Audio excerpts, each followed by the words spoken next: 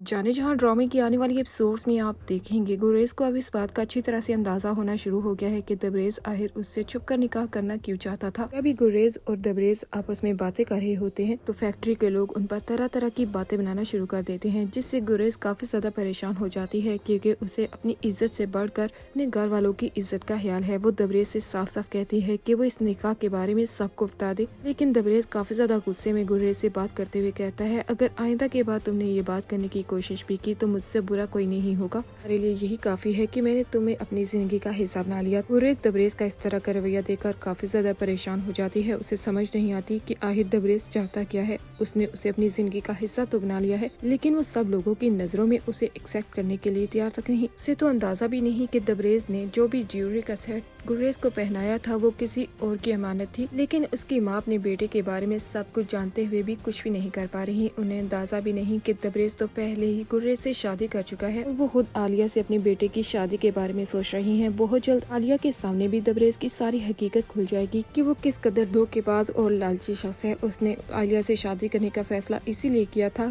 क्योंकि उसे अंदाजा था कि आलिया के डैड एक्शन में दबरेज को खड़ा करेंगे, लेकिन लोग तो उसे पसंद भी नहीं करते और इस बात को लेकर वो काफी ज्यादा परेशान है। इधर अब्दुल्ला जब वो फैक्ट्री में जाता है तो लोगों की बातें सुनकर वो काफी ज्यादा हैरान रह जाता है। लोग गुलजेब और दबरेज के बारे में तरह तरह की ऐसी बातें बना रहे होते हैं जिसका उसे अंदाजा भी नहीं होता और वो किसी सूरत पर आलिया को धोखे में नहीं डाल सकता। वो आलिया से भी अपना मोहब्बत करता है, लेकिन अपनी बाई के बारे में तो वो सब कुछ जानता है कि वो किस लड़की के पीछे से शुरू से भाग रहा था। अब्दुल्ला फैक्ट्री के लोगों से बात करते हुए कहता है, आप इस तरह मेरे बाई पर इस तरह का इल्जाम कैसे लगा सकते हैं? हम इल्जाम नहीं लगा रहे, जो आंखों से देखा है वही बयान कर रहे हैं। अगर तुम्हें हमारी बातें झूठ लग रही है ना तो तुम अपने भाई से ही पूछ लो, जाहिर उसका गुर्रेज से क्या रिश्ता है, वो रात को उसके घर क्या कर रहा था। वो किस तरह की बातें सुनने के बाद वो बड़े ही गुस्से से दबरेज से कहता है, दबरेज अब बहुत हो गया। मैंने कभी भी नहीं सोचा था कि आप जैसा शख्स मेरा भाई भी हो सकता है। किस तरह लोग आपके बारे में तरह तरह की बातें बना रहे हैं, लेकिन आपको अपनी इज्जत की कोई परवाह भी नहीं। अगर आप उस लड़की को इस कदर पसंद करते हैं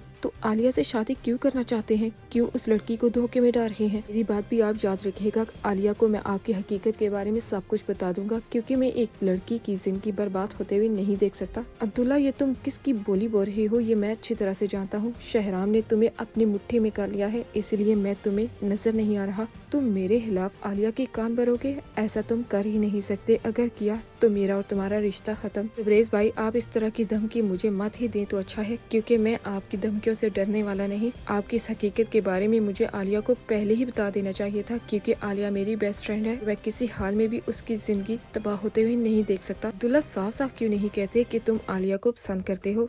ये बेस्ट फ्रेंड का ड्रामा मेरे सामने करने की जरूरत नहीं। तुम तो शुरू दिन से नहीं चाहते थे कि मेरी शादी आलिया से हो। दबरेज भाई, आप मेरे बारे में जैसा सोच रहे हैं ऐसा कुछ भी नहीं, लेकिन मैं आपको बता रहा हूँ, अगर आपने गुरेज का पीछा न छोड़ा तो मैं आपकी हकीकत के बारे में आलिया और उनके घर वालों को सब कुछ बता दूंगा। ये कहते ही अब्दुल्ला वहाँ से चला जाता है। दबरेज काफी ज्यादा गुस्से में आ जाता है। उसे समझ नहीं आ रही कि वो शहराम को कैसे काबू में करे। उसे लगता है कि अब्दुल्ला के दिल में उसके लिए नफरत सिर्फ शहराम ही डाल सकता है, इसीलिए वो हर मुमकिन कोशिश करके शहराम को अपनी नजरों के सामने गिराना चाहता है। उसे ये बात अच्छी तरह से मालूम हो गई है कि गांव के लोग शहराम को किस हद तक चाहते हैं और वो किसी हाल में भी चाहकर इलेक्शन नहीं जीत सकता। दूसरी तरफ किश्वर भी अपने बेटे के नक्शे कदम पर ही चल रही हैं। वो यही सोचती हैं कि अब उन्हें कोई बड़ा कदम उठाना पड़ेगा, क्योंकि वो किसी हाल में भी अपने बेटे को शहराम के आगे हारते हुए नहीं देख सकती। बेगम साहिबा की वालदा उन्हें समझाने की कोशिश करती है कि शहराम तुम्हारा अपना ही बेटा है, लेकिन कभी भी तुमने उसे अपने दिल में वो इज्जत दी ही नहीं। मैं तुम्हें साफ साफ कह रही हूँ कि शहराम के साथ ऐसी गलती करने के बारे में सोचना भी मत।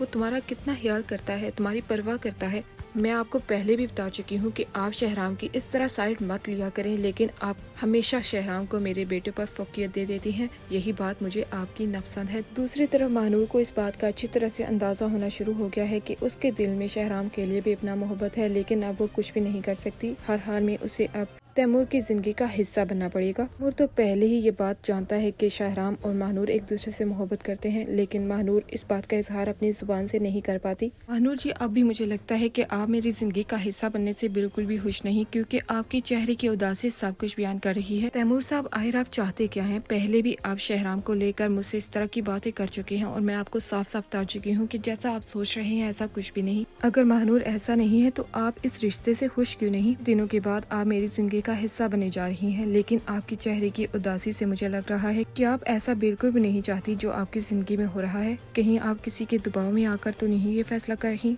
क्यों आप मुझसे बातें छुपा रही हैं? तैमूर का शक उस वक्त यकीन में बदल जाता है जब महानूर काफी ज्यादा खामोशी से वहाँ से चली जाती है। महानूर को यही लगता है कि आखिर वो तैमूर को कैसे बताए कि उसके दिल में तो शहराम के लिए मोहब्बत है और ये शादी वो अपने बाबा की वजह से कर ही है। उसे लगता है कि पहले भी कबीर की वजह से उसके घर वालों को काफी ज्यादा इज्जत का सामना करना पड़ा। अब वो किसी हाल में भी इस शादी से पीछे नहीं हटना चाहती। वो यही चाहती है कि किसी न किसी तरीके से उसके घर वालों का बोझ कम हो जाए। लेकिन एन शादी के ही दिन तैमूर महानूर का हाथ शहराम के हाथ में थाम देगा, क्योंकि उसे लगेगा कि महानूर की खुशियाँ उसके नजदीक सबसे ज्यादा अहमियत रखती हैं, इसीलिए वो उसकी खुशी की खातिर उससे शादी करने से पीछे हट जाएगा। तैमूर का इस तरह का रवैया देखकर महानूर के घर वाले तो काफी ज्यादा हैरान रह जाएंगे और दूसरी तरफ शहराम वो भी इस बात को लेकर काफी ज्यादा हैरान रह जाएगा कि आखिर तैमूर को हो क्या गया है, आखिर वो ऐसा क्यों कर रहा है। शहराम को इस बात का अच्छी तरह से अंदाजा है कि महानूर के दिल में उसके लिए अब किस कदर नफरत है। वो किसी हाल में भी उससे शादी नहीं करना चाहती, लेकिन महानूर भी तैमूर की बात मानने के लिए तैयार हो जाएगी। आने वाली एपिसोड्स काफी ज्यादा इंटरेस्टिंग होने जा रही हैं।